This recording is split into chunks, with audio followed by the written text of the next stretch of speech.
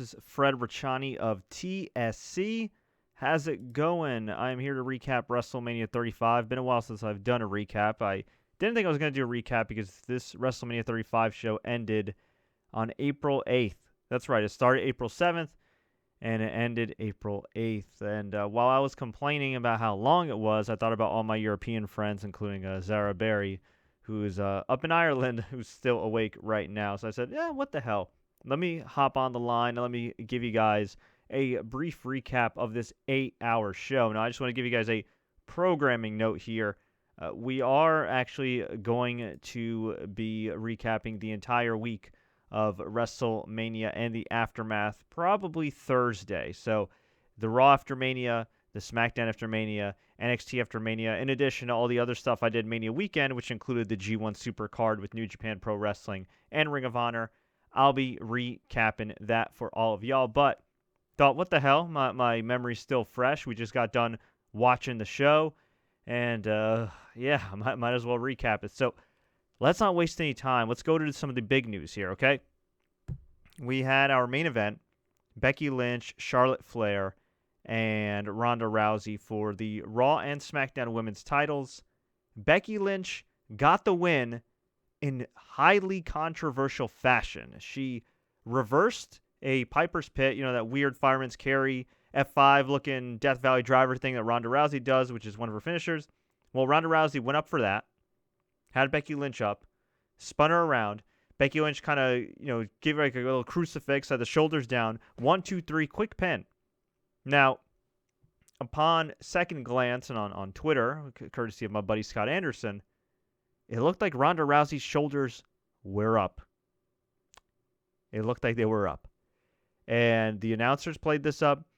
I don't know if this was a botch, because this finish literally came out of nowhere. I don't know if Rousey forgot to kick out. I don't know if the referee counted fast. Maybe this is part of the plan all along because they want to build up to Becky Lynch versus Ronda Rousey at Money in the Bank, which is actually coming up next month, a little earlier than usual for Money in the Bank. I don't know what the deal is, but Becky Lynch got the quick pin, won the match, won both the Raw and SmackDown Women's Championships, hoisted them both up in the air, and WrestleMania went to a close. Now, before that, the match I thought was great. It sucks that the match began at after midnight, which I think is the first match ever in WWE history to begin after midnight Eastern time. I know some European fans listening to this are probably like, shut the hell up, Fred. We always watch shows late. But we're not used to it here in the States. And that did take a while. Although, as an MMA fan, I do still remember those UFC on Fox Sports 1 cards where they had main events that started at 1 a.m. But, hey, I think those were a little easier to kind of tune out. They weren't WrestleMania. But regardless, I thought they had a hell of a match. It just unfortunate ended in some controversy. On one hand, I feel like it takes a little bit away of Becky Lynch's moment because Becky's celebrating. She got all the pyro. It was a beautiful moment, but they didn't let it breathe, right? We didn't get a WrestleMania highlight video afterwards. We didn't get a prolonged look at Becky Lynch holding the titles. I mean, it wasn't super, super fast like TNA, like to the back or something like that, or even like from WrestleMania on the pre-show earlier in the night, or I guess last night now, where, Zack Ryder and Kurt Hawkins won the tag titles, and then, bam, they immediately cut to the freaking announcers. Okay, it wasn't that quickly, but I still felt like they should have let it breathe a little bit, and that was my Skype that did that notification, so apologies for that Windows sound, but anyway. Whoa, and I got a call here, so let me pick that up. Hey, Scott Anderson, way to call me while I'm on the air, my friend. How you doing, buddy? I guess Scott can't hear me. We'll see if we could get back to him later, but Scott was trying to dial in.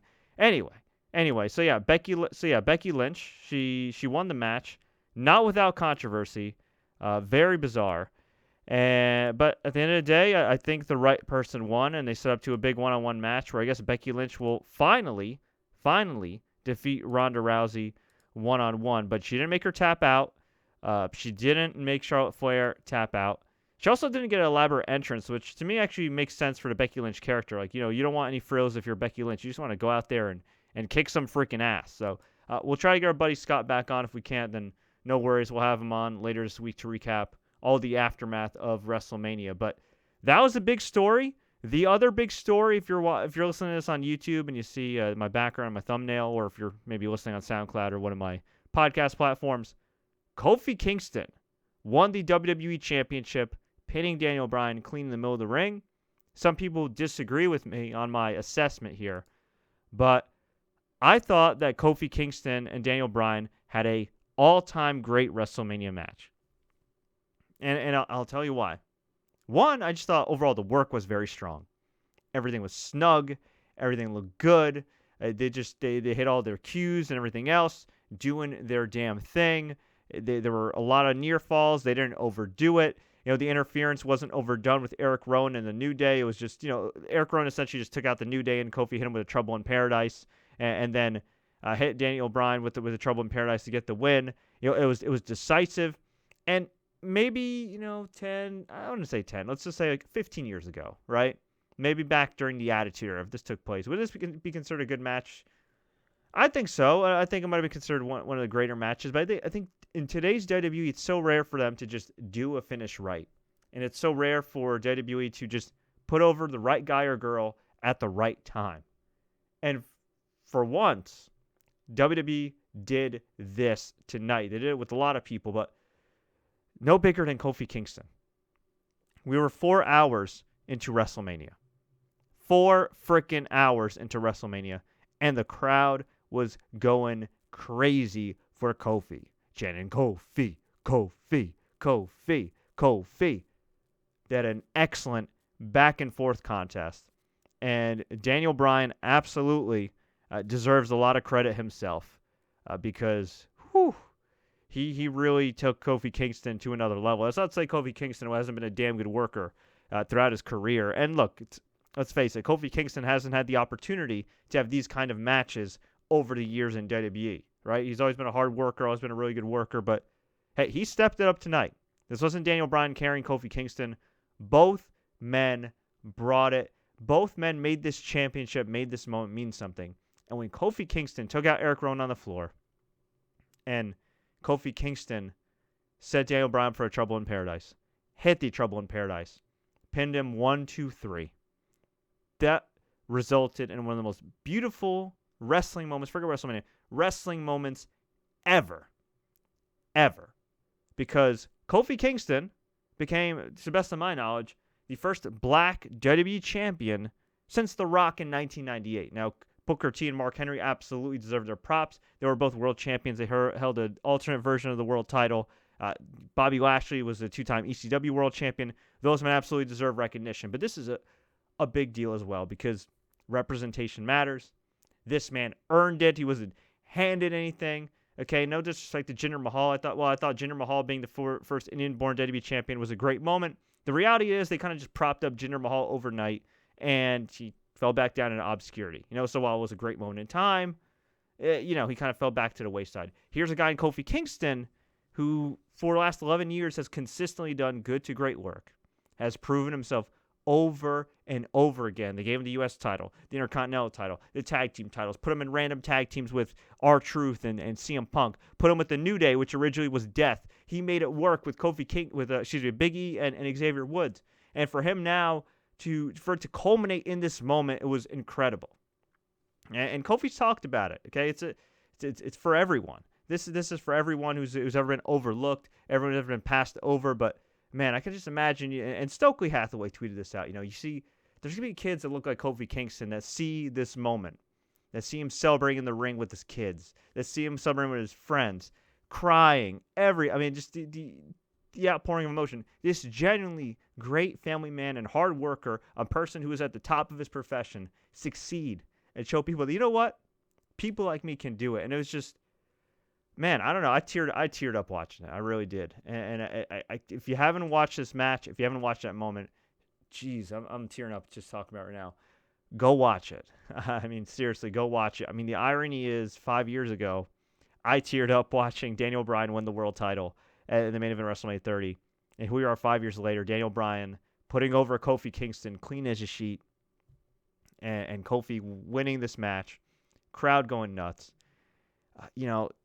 Listen, it speaks volumes about Kofi Kingston. and the equity that he's built with the WWE Universe over the years. It speaks volumes because while the audience may be smaller, and that's unfortunate in some cases, I feel like this audience respects the talent maybe more than others in years past. They don't take them for granted, and they respect the work. The work matters, and this story just resonates with everybody. So congratulations, Kofi Kingston. Just beautiful. And after the match, they threw out Daniel Bryan's hemp title. They gave Kofi Kingston his title with the side plates. They unveiled new shirts with Kofi Kingston as WWE champion. And his sons came in the ring. And yeah, it was just an unbelievably beautiful moment. So congratulations, Kofi Kingston and the New Day. Y'all deserved it. This was so beautiful. Let's get to some of the comments here before I run through the other results real quick. I don't want to be here all night because we were here all night. Chaos Theory 035 says, this was a horrible show. I disagree. Overall, I thought it was a great show. I really do. I thought it was a great show. Too long, yes. Definitely some parts that would have changed, but overall, I thought it was a great show. But hey, we could agree to disagree. Walter Patrick says, I'm relieved that there was no Undertaker. Yeah, me too. He saved that moment for something special. Rumor is he's going to come back for Saudi Arabia. Listen, let him come back for Saudi Arabia. Whatever. That to me would be better than that to me would be a lot better than him, just coming out here and wasting time. And it would have been cool, don't get me wrong, but this show was like 100 years old. It was like 100 years old. So why not have, why not just have him take a break and, make it special when he comes back in Saudi Arabia or SummerSlam or wherever. King Glass Review says, show was way better than the last 2 years. I agree. Mr. Racer says, I hope Kofi doesn't lose to Brock. I don't think so. And Noe Lara says, overall, good night. Yeah, I agree. Okay, let's go quickly through the results because it's late. And again, I'm going to go into it a little bit more later in the week and the aftermath with Scott Anderson. So we opened the show with Tony Nese defeating Buddy Murphy in 10 minutes to win the Cruiserweight title on the Kickoff show. Decent match, but it was very early, kind of hard for me to get into it. Then again, I just came off hours ago, the day before, watching the G1 Supercard, which was really long too. But Tony Nese gets the win. New York Boy gets the Cruiserweight title. Carmella eliminated Sarah Logan to win the WrestleMania Women's Battle Royal. I thought Sarah Logan should have won here. They could have done something with her, but ultimately, I hate to say this, this doesn't really matter because Naomi won it last year. And what happened? Well, nothing for Naomi. She got a title shot like a year later, so whatever. Give it to Carmella. By the way, Carmella and R-Truth came out like right before midnight to give us a dance break, so at least R-Truth got a WrestleMania moment. Kurt Hawkins and Zack Ryder beat the Revival to win the Raw Tag Team titles. The losing streak has been broken by Kurt Hawkins. I'm happy for the guys. I really am. And I've met Zack Ryder, and he's a very nice guy. And I know people that have been trained under Kurt Hawkins that speak very highly of him. And I have nothing but respect for all 4 of these men and their work. But I just think, how do you give 2 guys that haven't won a match, especially Kurt Hawkins, a title shot at WrestleMania, no less, and then have them win? Makes no sense to me unless this is something short-term where the Revival regains next night, which could be possible. But, I guess in a WWE vacuum, right, if we're just talking about feel-good moments, this was a nice feel-good moment. But damn, if I'm the Revival, yeah, I'm definitely looking to leave after that because I have no issue with them putting over Hawkins and Ryder. But it came out of nowhere. At least have them win a freaking match. Seriously. Braun Strowman demolished everybody in the Andre the Giant Memorial Battle Royal to win. He last eliminated Colin Jost. This was some good fun, but went a little too long. Colin Jost begged Braun Strowman to take it easy, brought in his therapist. The therapist got destroyed. He punched Michael Che out, and then he eliminated Colin Jost, throwing him into a sea of humanity. Ali and Luke Harper, who returned, had really good showings.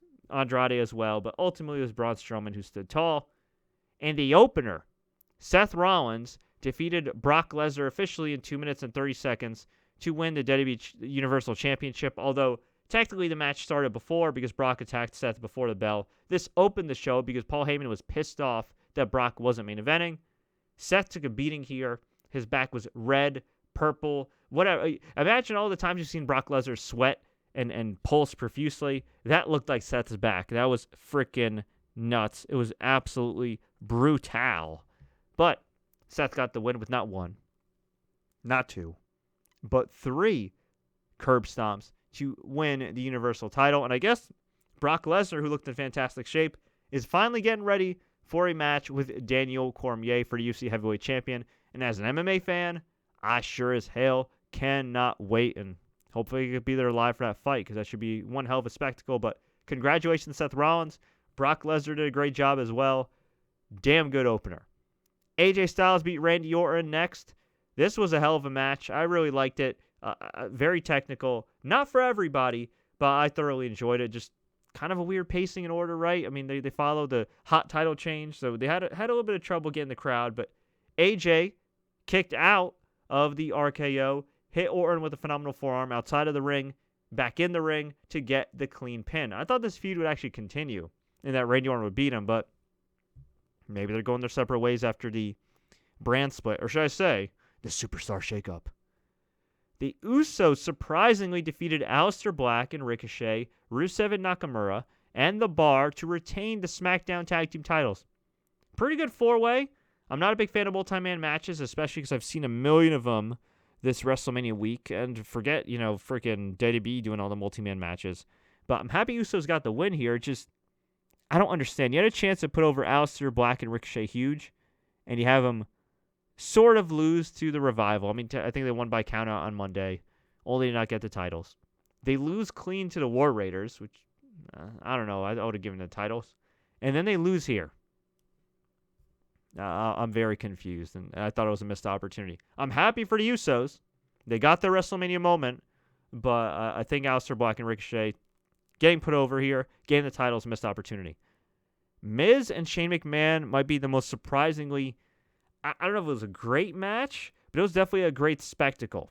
Shane McMahon beat The Miz in a Falls Count Anywhere match after The Miz superplexed Shane McMahon off the technical director stage into through the floor. It was like a crash pad there, but still, it looked brutal. And for people to say there's a crash pad there, at the end of the day, these mofos are, God knows how many feet that was, going down through that floor. I don't give a damn if there's a crash pad or not. I mean, that ish looked rough. And one of the highlights, or I guess lowlights of the match, depending on who you are, was Shane McMahon beating the hell out of George. Like, literally, he gave him a beating. George, as in George Mazan and Miz's dad. So Miz went crazy, beat the hell out of Shane McMahon. And then, Shane got the pin after landing on Miz with that superplex. But both guys brought it. I didn't like the fact that Shane McMahon kicked out of a skull-crushing finale and was kicking out like Johnny Gargano or John Cena. But maybe the best performance of Shane McMahon's career, at least since his prime in the early 2000s. And definitely one of the best performances in Miz's career. And I thought both guys really, I mean, if you really think about it, I don't know if Miz has ever had a truly great WrestleMania match. He's had a lot of great moments, but I can't recall off the top of my head, and maybe someone's going to slap me for forgetting here. I can't recall him having a great WrestleMania match. Like, he had like a ladder match with the IC title, which was really good, but in terms of singles matches, like this one really to me kind of cemented the fact that The Miz might be the most underappreciated top guy in the last 10 years in WWE. And I'm not one for hyperbole, but for real, this guy's a Hall of Famer. He brought it tonight. And look, I'm not the biggest fan of Shane McMahon's recent work, but I got nothing to say here other than the kickouts. It was great stuff. So well done to both men. Something that wasn't really great stuff. The Iconics beat the Boston Hug Connection, Nia Jackson, Tamina, and Beth Phoenix and Natalya to win the Women's Tag Team Championships. Not the biggest fan of this. Peyton Royce was paying tribute to Eddie Guerrero with her tights. I got nothing against Billie Kay and Peyton Royce, but their work just hasn't been good on the main roster. And I don't know what the deal is. Maybe Triple H and his booking just made them look really good in NXT, but they just haven't been that good. That's the reality. It's not a personal attack on them or anything like that. I got nothing against them. I actually really like their gimmick in NXT, and I kind of like their personalities, but they're not better than Sasha Banks and Bayley. They're not better than Natalya and Beth Phoenix, although maybe Beth Phoenix isn't wrestling long-term, which is why she lost tonight. But the finish came when Beth hit a second rope glam slam on Bayley, and then the Iconics shoved her out of the ring and stole the pin. Perhaps this is just a short-term title run. Billie Kay and Peyton Royce win this, and then Nia Jackson and Tamina destroy them. I don't know. It's not like Nia Jackson and Tamina are that great either, to be honest. But I don't know. Billy Kane, Peyton Royce, it could have been. I don't know. I don't know. This match could have been better. I mean, it did take place after the false count anywhere match. It was in a tough spot. They all worked hard. But yeah, I don't know. Look, pressure's on Billy Kane, Peyton Royce to deliver now. On the mic, I think they're really good.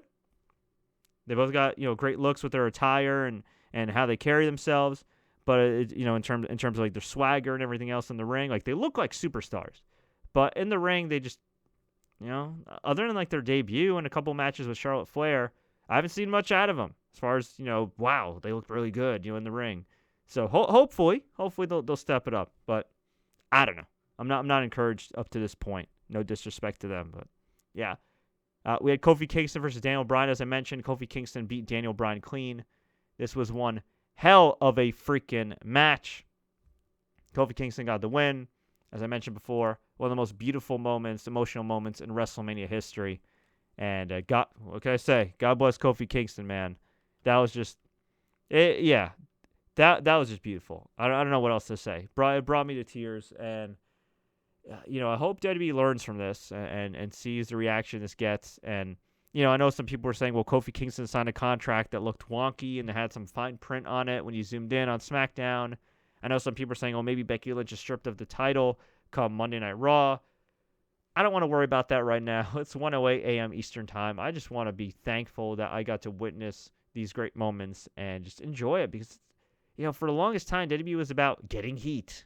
And Roman Reigns has cancer. We're going to exploit it. And, Ric Flair's an old man. He almost died. Batista choked it. Like, I don't know. Just a lot of heat and heat and heat and heat. And it just gets ridiculous over time. Like, I'm all for heel heat and everything, but you got to get to the point where the good guys win, right? That's why I kind of liked Walking Dead the last season or so. Like, yeah, they wrote off Rick on the show, but off the show. But you know what? At the end of the day, like, the good guys have been winning. There's at least some prosperity. And that way, when the good guys actually lose, it's shocking. When the good guys lose all the time, it's kind of like, I don't know. I think there's a fine line you have to walk. Johnny Gargano finally winning on Friday night, NXT TakeOver New York. That was beautiful because that was the right freaking time. Finally. He probably should have won last January, to be honest. Last year. But, hey, better late than never. Becky Lynch finally got the big win. Although, technically, she did win the women's title a few months back. Kofi Kingston finally winning. Seth Rollins finally winning. Like, it was nice, okay? I'm not saying you got to go Super Cena and have the baby faces just run wild and run roughshod on the heels all the freaking time. But at the end of the day, I think, especially in today's times, we want to see the good guys win. We want to feel good at the end. And if you're gonna get heat, like, make us tune in next. Don't make us groan. So, although we had one moment where we kind of groaned in terms of heat, which I'll get to in a second. Samoa Joe destroyed Rey Mysterio in 1 minute to retain the U.S. title. Rey Mysterio injured his ankle against Baron Corbin on Monday night, so clearly wasn't 100%, but I pretty much look at this run as like icing on the cake for Rey Mysterio's legendary career, and the same thing for Samoa Joe. I loved him in TNA. I loved him in ROH. I got nothing but respect for him, and it was just great to see Samoa Joe finally, unscathed, make a WrestleMania card, make that trip down the ramp, come in as champion, and get a huge win over Rey Mysterio, which he did via Coquina Clutch. So good for Samoa Joe. I'm glad Rey Mysterio at least got his WrestleMania moment, but not a great one for him. But hey, 10 years ago he pinned JBL in 1 minute or however long, and 10 years later he loses Samoa Joe in 1 minute. Roman Reigns beat Drew McIntyre in about 10 minutes. Good match. Drew McIntyre got a cool entrance with the drums and everything. There's a part of me that feels like Drew McIntyre should have won this match. At the same time, he got so much offense on Roman Reigns over the last few weeks. I'm sorry, it's late. I thought, like, man, if Roman loses this one, he's going to look really bad because he's gotten beaten up every single week. So Roman winning this one, I don't really have that much of a problem with it. And because of the fact that it didn't get a lot of time and it was late in the show, I wouldn't even mind if they kind of ran it back. Like, I really wouldn't mind if, like, maybe on the main event of Raw after Mania or next month of Money in the Bank, they do a deal where where it's like for a title shot and Roman Reigns goes first. Because here's what my finish was originally if it had Drew McIntyre won. Back and forth battle, even up to a certain point. Roman Reigns goes for a spear, and Drew McIntyre hits a Claymore kick out of nowhere, pins him 1, 2, 3. To me, I think that would have been a great finish. Kept Roman strong, just he got caught. And then you have Drew McIntyre versus Seth Rollins, or maybe Drew McIntyre versus Kofi Kingston if you move him to SmackDown. But look, time will tell what happens. I think Drew McIntyre is an awesome performer. He is very polarizing. A lot of people really like him like me. A lot of people find him very boring. And in some ways, I think he's kind of similar to like Cody Rhodes in some ways. And granted, Cody Rhodes is a very big star now. But I think when Cody Rhodes was kind of on the rise before going to All Elite Wrestling, he was very polarizing as well. Something a lot of people like, and he carries himself like a star. But some people are like, oh, well, something's missing with him. So I don't know. I like Drew McIntyre. I don't necessarily blame him for some of the shortcomings of his character. I think this match would have been more effective had they kept him undefeated instead of having to lose to Dolph Ziggler a couple times and getting eliminated by Dolph Ziggler at the Rumble, and then Dolph Ziggler's never seen again. Yeah, I thought that stuff was unnecessary. I mean, it would have been way stronger if Drew McIntyre was undefeated coming into this. But, hey, he's looked good the last few weeks. This is one match. You lose to the top guy. No shame in that. Hopefully he'll come back stronger, and hopefully around this time next year, Drew McIntyre will be a champion. And if not, well, I guess we know either he didn't step up or something went terribly wrong or a combination of the two. Okay, let's get to a couple more comments here. Walter Patrick says, I like the triple threat, and it sets up the one-on-one match we wanted. Mr. Racer says, I'm sorry, but Lacey Evans is wasting a roster spot. Jeez, I don't think so. I mean, she came out, did the wave, and left. I thought it was kind of wacky. But I'm fine with it. I mean, considering that she was put in the Royal Rumble match and she did not deliver at all, I'm fine with her just kind of walking around right now. And for what it's worth, she has a lot of respect amongst her peers. Sasha Banks is really high on her. A number of other people really high on her. So, hey, I'm sure she's training. I'm sure she's busting her ass. But, compared to what we heard before where it might be Asuka versus Lacey Evans for the women's title, I'm kind of glad we just got this, honestly. Although poor Asuka just put in the Battle Royal, going from being on Mania to the pre-show. But again, it happens. We had Elias perform. He had like a video where he had like 3 different Eliases performing, and then he performed in the ring, only to get interrupted by John Cena in full Thuganomics gear, the Word Life theme song, full rap character. He unleashed hell. Go out of your way to watch this. I'm not repeating that rap. I can't be as cool as John Cena. Although, fun fact, John Cena is the one that did inspire me to write poetry and raps, which I still write some poetry to this day. And in general, he kind of inspired me to write because I was such a big fan of him in 7th and 8th grade. Fun fact, folks. So, yeah, John Cena unleashed verbal hell on Elias. He didn't give him the AA. He gave him the FU and walked out. That was great. Nice, great, quick moment. We had Triple H beat Batista. I'm looking here. I just checked online here. Apparently, this went 24 minutes, 45 seconds, which was about 10 minutes and 45 seconds too long. This was a brutal match in more ways than one. Both guys worked hard, but Jesus Christ. I mean, Triple H is what, like 49 or 50? Batista's like 49. Man, I'll say this. They worked really hard. They both had cool entrances. Triple H came out in like a Mad Max style vehicle. Batista came out with like a limousine and personal security. Poor guy tripped on his way to the ring, which sucked. It was people call him Batripsta, which I feel bad about. And yeah, then Triple H just beat the hell out of him with a chain, got pliers, quote unquote broke his fingers with the pliers. I guess he watched one of Marty Scurll's matches or Pete Dunne's matches or Zack Sabre Jr.'s matches. I guess he runs NXT UK. I guess it makes sense that he watches UK wrestlers, right? And yeah, then he took the pliers and pulled out Batista's nose ring, which was a brutal spot. There was a spot where I think Batista back body dropped him on a table, and then Triple H speared Batista off of a table through another one. And finally got to the point where both guys had like sledgehammers. Triple H had a sledgehammer. Batista took it away from him. Batista was getting ready to hit Triple H with a sledgehammer. Ric Flair came out of nowhere, gave Triple H another sledgehammer, and then Ric Flair distracted Batista, and Triple H hit the sledgehammer. He did like a flying sledgehammer shot. It was hilarious. It was like a double axe handle with a sledgehammer.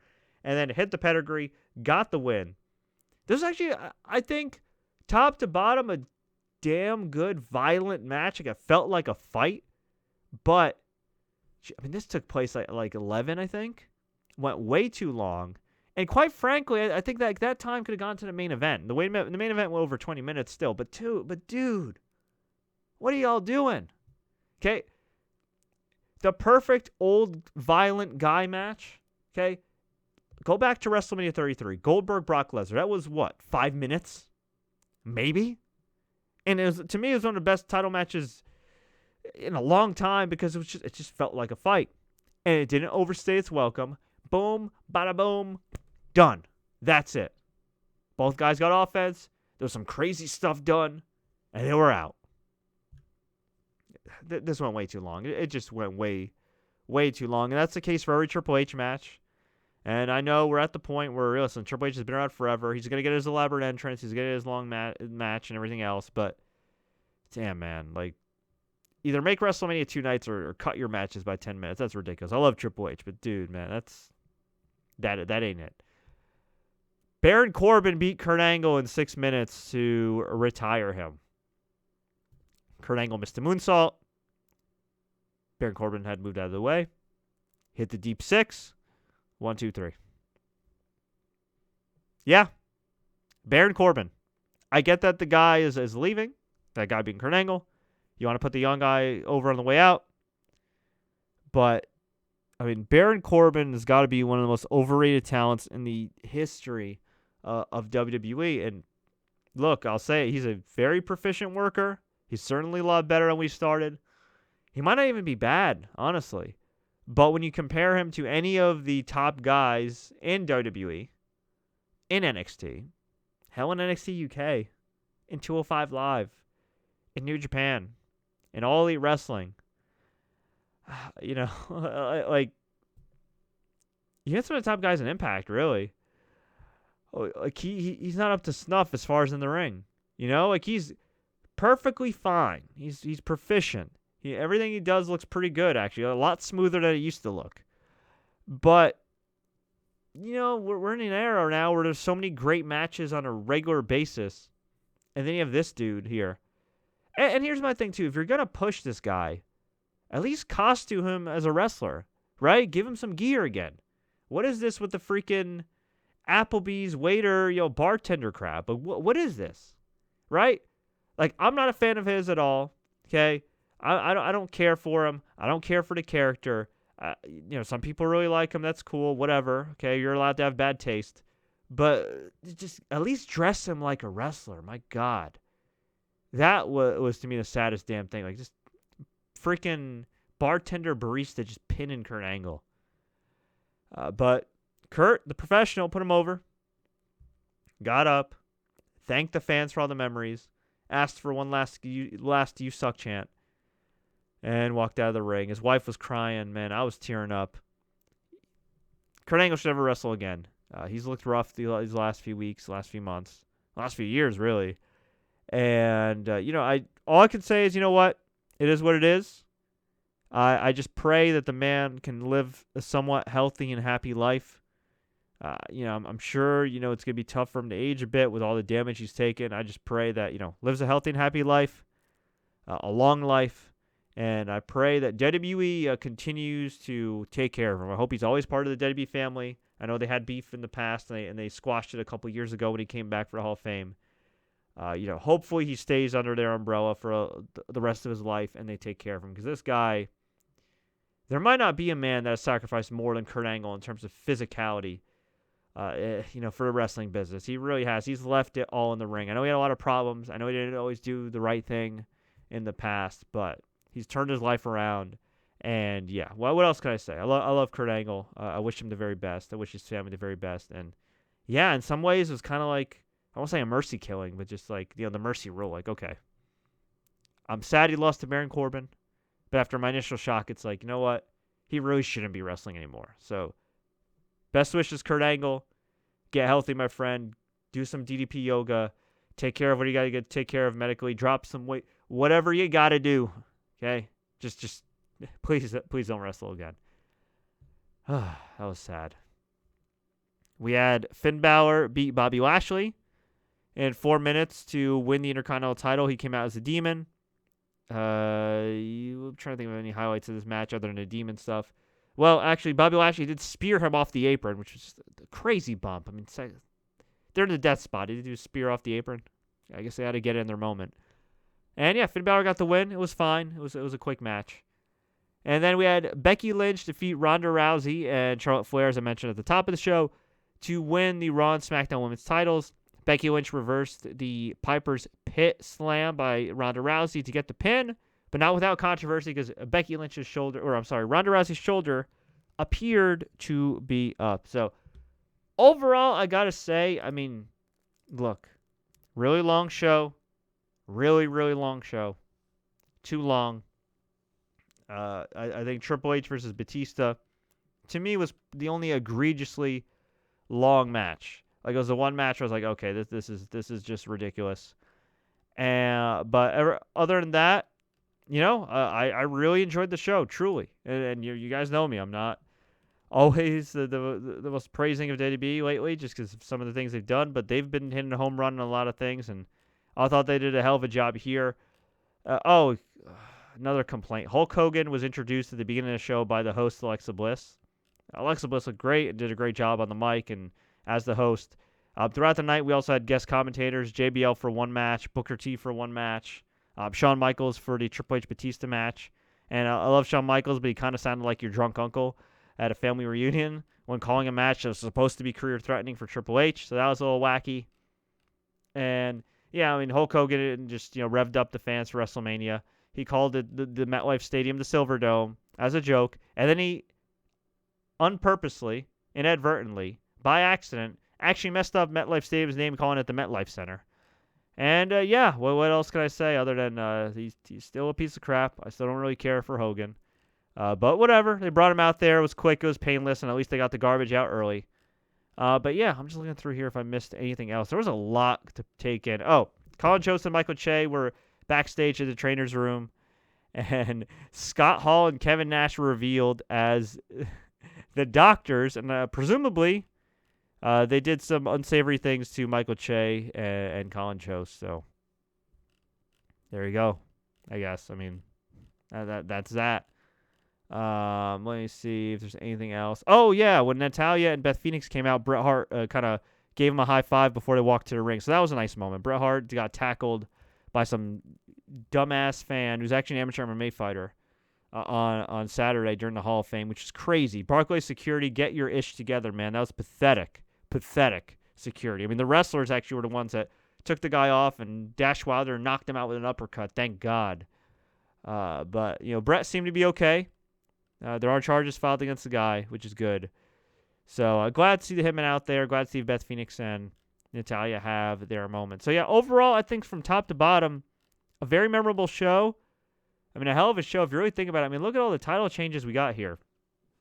Cruiserweight title 1, Hawkins Ryder 2, Rollins 3, Iconics 4, Kingston 5, and Balor being Lashley 6, Becky Lynch 7, technically 7 and 8 because it was for 2 titles. So damn, 8 title changes on this WrestleMania. So hopefully next year they will make WrestleMania 2 nights. I kind of have a feeling that WWE has done some things as of late with their approach to NXT and some other decisions they made based on seeing what AEW New Japan's done, because Vince McMahon does not like to be outdone. So hopefully somebody in one of these meetings tells Vince McMahon, hey, Wrestle Kingdom next year's 2 nights. I think Vince McMahon will say, God damn, let's do 2 nights as well. We'll see. We'll see. A man can dream. But, excuse me, let's get to the comments before we get on out of here. And I appreciate all you guys watching and listening live, by the way. If you want to listen to the replay on all my other podcasts, you can, of course, subscribe to youtube.com/The Sports Courier, soundcloud.com/TSC News, or you can just search my name, Fred Richani, or TSC News on Spotify, iTunes, Google Podcasts, pretty much every major podcast platform we're on, other than I think iHeartMedia because they're wacky. But other than that, we're everywhere. So feel free to subscribe there. Feel free to like this podcast too and share it. We'd appreciate it. All right. Let's see. Walter Patrick says, Triple H has lost a lot of Mania matches. I'm more mad that he insists on long matches, always trying to do an epic. Sometimes short, wild brawls are what are needed. I agree. Okay. King Glass review. Kurt put over Corbin. I feel like Kurt made that choice. Yeah, I'm sure he did. That being said, I don't think it was the right call. Tony Reyna says Triple H match was way too long. I was saying that halfway in. Only way they could do this is because of weapons in the storyline. Walter Patrick says McIntyre Angle a few months back was the perfect retirement match. Yeah, I agree. I think McIntyre and Angle would have been better.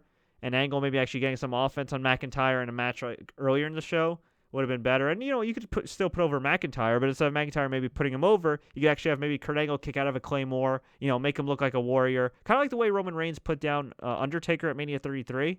That match wasn't great, but at least, Undertaker kept kicking out of the spear. And, it was like kind of like that last rider, just that horse wouldn't be kept down. Like, that would have been, I think, better than just Miss Moonsault and today's in street clothes. And by the way, if he's going to wrestle in street clothes, Jesus, take off your shirt. Wear black jeans, something. Dress like Dean Ambrose. Come on, man. Papers asks, where's Baron going? I don't know. Again, I'm not a huge Baron Corbin fan, but if you are going to push this guy, either go all the way with him or don't go at all. This is why I like this WrestleMania. They actually went all the way. They didn't half-ass any of this crap, right? They didn't half-ass Kofi Kingston. They didn't half-ass Becky Lynch. Well, maybe they did with the finish, but at least you won the match. Before, Baron Corbin won the Money in the Bank, lost the Money in the Bank. Held the U.S. title for a couple months, then lost it. Actually, Baron Corbin's a perfect example of this. I thought they did a great job with Baron Corbin in his debut. He won the Andre the Giant Battle Royal at Mania 32. I was actually really happy to see him win because I liked him in NXT. And then I think a month later, or even a couple weeks later, he lost to Dolph Ziggler. And he lost to this guy, he lost to that guy. So, yeah, Baron Corbin's work hasn't always been up to snuff, but WWE Creative as well hasn't done a great job with him. And I don't know. They're pushing him, but it's weird. They're pushing him a lot, but they're also not pushing him well, if that makes any sense. So if they do have any common sense in regards to Baron Corbin, hopefully if they are going to make us suffer through him, they at least dress him like a professional wrestler. So at least when you're watching on TV, you're not immediately slapped in the face and have the TV saying, hey, this is not real, what you're watching. Because that's what I feel like when I'm watching Baron Corbin right now. I feel like when I see him, it's like, okay, this is phony. Because he's in street clothes. And it's not like he's part of Right to Censor. He's not part of the Mean Street Posse. Okay, he's not dressed like Dean Ambrose in jeans. He's just, he's not, at least if he was still part of the general managership, if it was part of the cabinet or something, I don't know. If he was still had a fake corporate position, then I'd say, okay, whatever.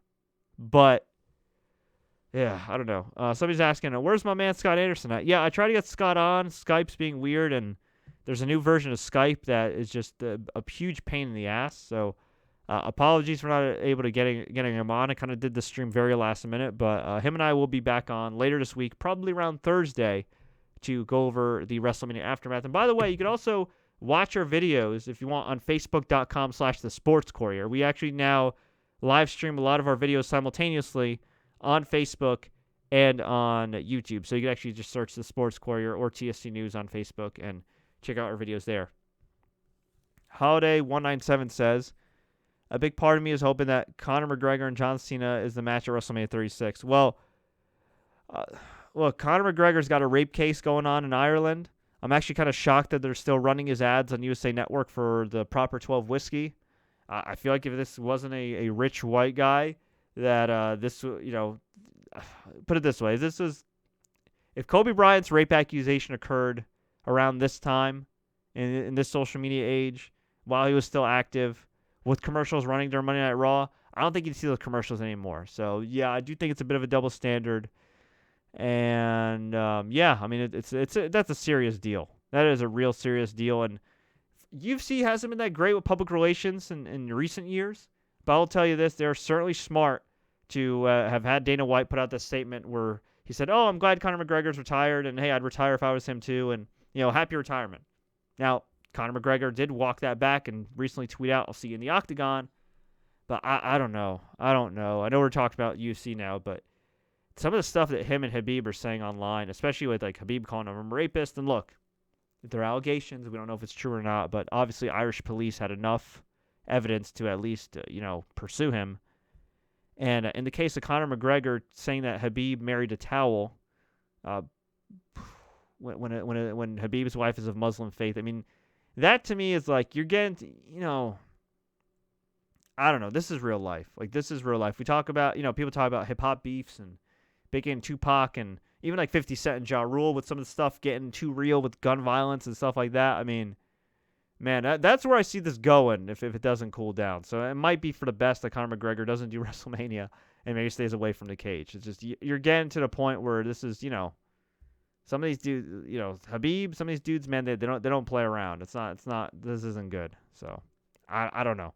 In the meantime, though, I think Conor McGregor should take care of his demons and whatever he's got going on because he clearly isn't in the right state of mind. But, he's also one of those guys that makes people so much money that they're going to keep propping him up, kind of like Floyd Mayweather. Floyd Mayweather beat women. Floyd Mayweather at the prison. They kept propping him up and propping him up and propping him up. And to be fair to those people that propped him up, whether you like it or not, they didn't make money. So, I think... just the nature, I guess, when you're a gigantic star, especially in combat sports. 197 says, overall, Mania was good. The ending with Lynch was screwy, and it almost confirms Rousey's staying. Yeah, we'll see what happens. Manpreet says, I think Balor's going to go to SmackDown. Joe's going to go to Raw. That'd be cool. Paper says, I'm really sorry to see Dean gone. Yeah, I'm really sorry, too, because I really like Dean Ambrose. But, he just hasn't looked the same. He just hasn't looked the same, and he's looked disheveled and unmotivated, and I think it's probably best for him as a guy that's sort of been a hard worker over the years to maybe take a break. So yeah. Other than that, I think we got to most of the comments here. Okay, Steven Shaw says, am I wrong for being annoyed that Triple H won another Mania match? Look, man, he beat Batista. That's pretty much Batista's last match. I'm fine with that. I'm fine with that. I'm more annoyed that just the match went way too long. And it's weird because Triple H in his own mind probably thinks, yeah, man, we're having a hell of a match and all this other stuff. But the reality is, look, I like seeing Triple H as much as the next guy. But if I'm Triple H at this point, play the hits, dude. Play the hits. Look at how Undertaker did it, a year ago. Look how John Cena did it tonight. We don't need to see Triple H in 20-minute matches anymore. I want to remember Triple H for all the great times. Seeing him in a long-ass 20-minute match or 24-minute match, not the way to go. But, again, he's stubborn. That's the way he does things. But at the end of the day, what makes you grow now, Triple H taking 20 minutes for a wrestling match and his long entrance, that's the same mentality that got him to the top. Some of these guys are wired differently. And at the end of the day, to get to the top, a lot of these guys believe they're the freaking best. When I'm on, it's my mother effing spot. I'm going to do the damn thing, whether you like it or not, and we're going to have a great match. That's the mentality. And he just happens to be the son-in-law of the owner of the company, so there you go. And, okay. Yeah, I think that's pretty much it. Okay, well, yeah. Overall, again, thought it was a great WrestleMania. I appreciate you guys hopping on. A little bit of a different format than I normally do. Again, I didn't expect to really go live, but I appreciate you taking the time to listen to this, either live or after the fact. And yeah, we'll talk again later this week. Just a few quick plugs here before you go. I did an interview with Ernest the Cat Miller, 2 parts, former WWE and WCW superstar. We had a great chat about martial arts and wrestling and everything else. Really great interview, if I do say so myself.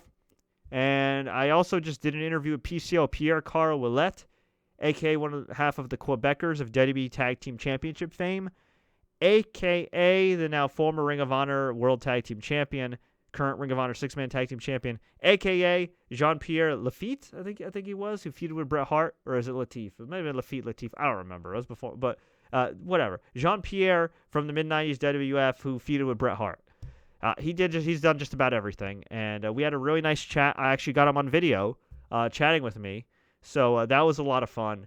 And so feel free to check that out. And yeah, we'll have more interviews coming your way. I actually just uploaded an old school clip I did with Jim Cornette where we chatted about his WrestleMania memories. So feel free to check that out. And yeah, overall, thank you guys so much. We'll talk again very soon. This was a lot of fun. Take care. Please like and share. Don't forget to subscribe. Spread the good word.